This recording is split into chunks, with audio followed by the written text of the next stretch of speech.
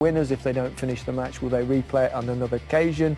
Will they finish tonight? If they do, PSG, if they win, they'll go ahead of Leipzig on away goals from the head-to-head. So we shall find out later on. But well, we'll show you United's attempt at a comeback very shortly. But first, let's hear from the United captain, Harry Maguire. He's with Andy May. Harry, exciting finish, but ultimately not what you wanted. Can you sum up why you've been beaten here in Germany? Started the game too slow. Wasn't good enough the first 20 minutes. We wasn't at it, and they scored the two chances which they get. They put two balls in the box, and we failed to deal with a cross. And that's how we've been beaten, because the second half we gave everything, and they've scored their only attack. Another cross. So we've got to look at ourselves, really. We gave ourselves too much to do. We've been coming from behind, so we had great belief we could do it. You've seen how close we come at the end. The amount of chances we've had, the shots we've had, I don't know the stats. But ultimately we start the game too slow, and we can't keep giving goals away and falling behind. Bruno hits the bar. If that goes in, it's 2-1. That would have been an easier task to overcome, wouldn't it, in the final part of the match? Well, we said in the game Saturday at half-time we was 2-0 down, and we said the next goal is crucial, and we said it again tonight. We piled all sorts of pressure on them, and then they go and score in the first attack, and a little deflection off them, and it falls into his path, and they make it 3-0, and then the task becomes even bigger. We still had belief, but for sure that the third goal in the match was, well, it proved to be the crucial one in the end, and we felt like that at half-time. But even when we did go 3 down, we had belief that we needed to score the next goal. We managed to do it, and like I said, you've seen how close we come at the end, but we didn't start the game well enough. The changing of shape of formation, and we saw it change in the game more than once today here, how much of a factor is that, do you think? The fact that you're not getting used to playing in the same shape all the time? I don't want to look at excuses. I don't want to, as a player out there, there's 11 bodies out there who's got to go out there, be aggressive, win the first balls, win the second balls, defend crosses. It's the basics of football, so it doesn't matter what shape you're in. If you can't defend crosses, you're going to lose football matches. So we've conceded 2 goals from crosses.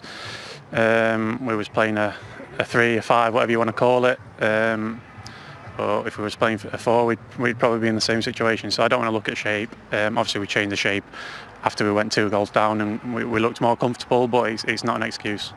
And you're captain of United. You know the standards, you help to set the standards. How almost unacceptable damaging is it that you've gone out of the Champions League at this stage, even in a tough group, to be fair to you? Yeah, it's a tough group, but we looked at the group and we thoroughly felt like we should get through. That's the standards of this club, like you say. So I'm the captain. I'm disappointed. I'm gutted in there for everyone, because we worked so hard last year to become and reach this competition. Everyone wants to play in this competition, and this club deserves to be in this competition, but we've got to get through the group, and we know no matter what group we was drawn in, it was going to be tough, because you're playing against good teams, but we've got to do more. Thanks, Harry. Thank you. Interesting, he talked about the system and playing a 3 or a 5, whatever you want to call it, as he said, and then we changed and it was better. They are changing system an awful lot. Do you think that's difficult for footballers to do? Well, no, I think the modern player does it a lot more, but I think we made the point before the game, the top teams, often you know how they're going to play, don't you? Bayern, Liverpool, yeah. You pretty much know every player that's going to play. Yeah. And I think Ole's trying to find something, because he's got a lot of pieces of the puzzle and you're not exactly sure how they fit. Today, you play the 2-up where you think, okay, that it's great, but actually defensively, they weren't really back in position where they had any pressure on the ball in midfield where some the initial crosses came from. So I think Ole's had great success with playing with the 5, hasn't he? At times, some of his biggest wins have come with that. But today, when they didn't play any centre forward on the pitch, they only had Olmo and Poulsen and Nkunku, who kind of played deep. All of a sudden, almost negates that back 5. So today, it didn't work.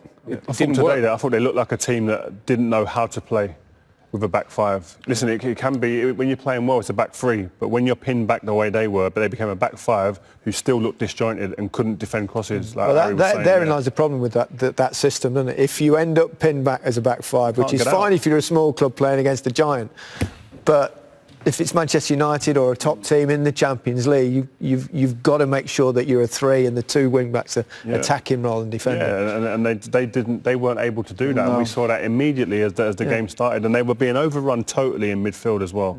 And it can't be easy to work at a system that you've not played in recent weeks with different personnel, because games come so thick and fast, especially at the moment under these circumstances. Yeah, I mentioned that at half time. You're going into games in 1 day's preparation at times. Yeah. What I think, Ole, I think what he's trying to do is trying to find an identity for the team.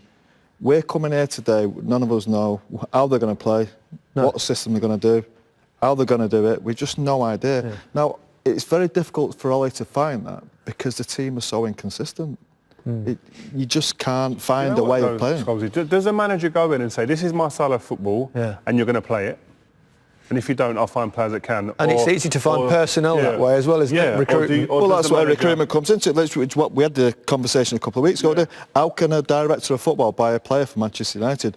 You don't know if it's going to be 3, you don't know if it's going to be 2 holding players, you don't know if it's going to be 1 holding player, you don't know where to play. Well, I think they need to find an identity. Well, that's what I think. The identity is gone, and Ole needs to find that. And I think that's the problem, is that I don't think that Ole's come in and said, this is the way we're going to play, this is my style of football.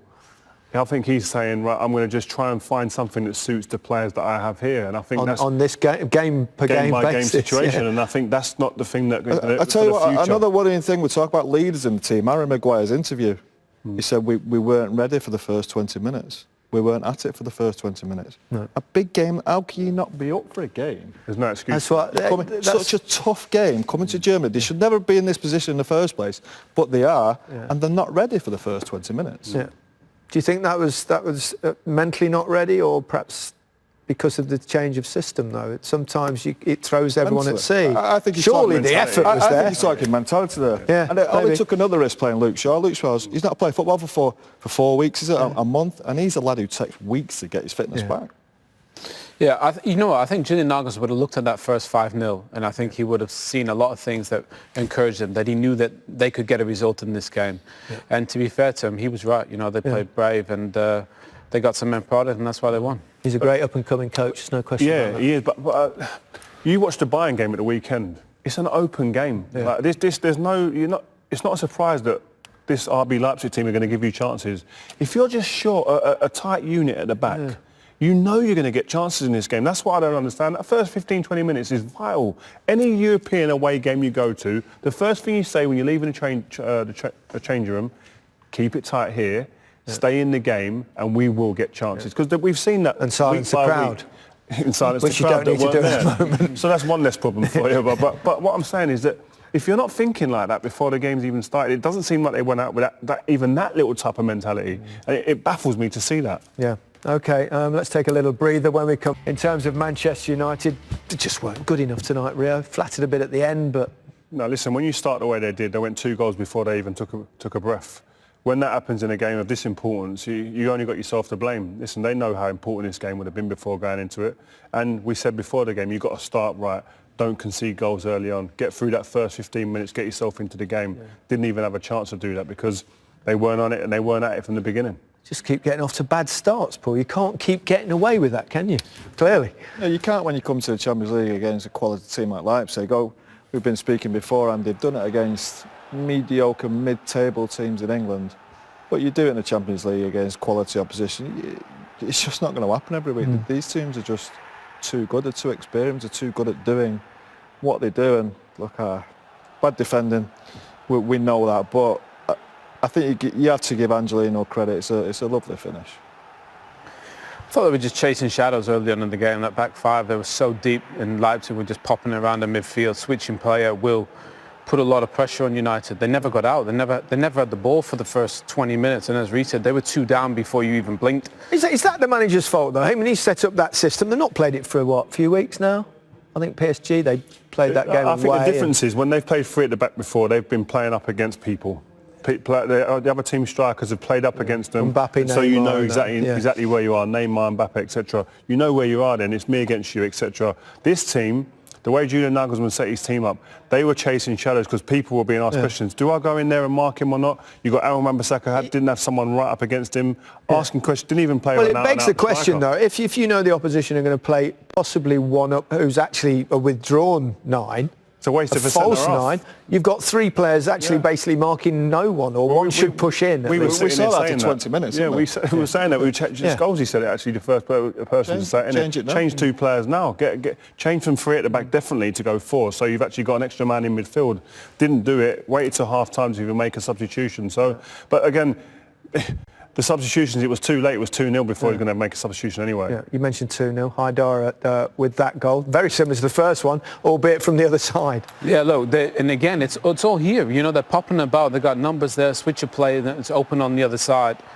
And this was the theme, really, in the first part of the game, where the midfield just popping about, get it to the other side, get an overload, get a ball in the air. And they couldn't deal with it. And I think for United, obviously, they only needed a point, so they thought maybe we'll sit in and Luke Shaw goes into an area where don't really need him to be. Telles has to overcover, then he's not in the position where he needs to be when the ball gets out there. And the early part of the game, they were just chasing shadows. And I think that was the thing for Nagelsmann. He knew the way they got countered in the first game, he was going to play differently, and he did. And it worked. And I think for United, only really once they got behind did they really start playing the way they needed to, like they started towards the end of the game. Yeah. We expected United to change things at half-time. They did, but once they went 3 down, they left themselves a mountain to climb.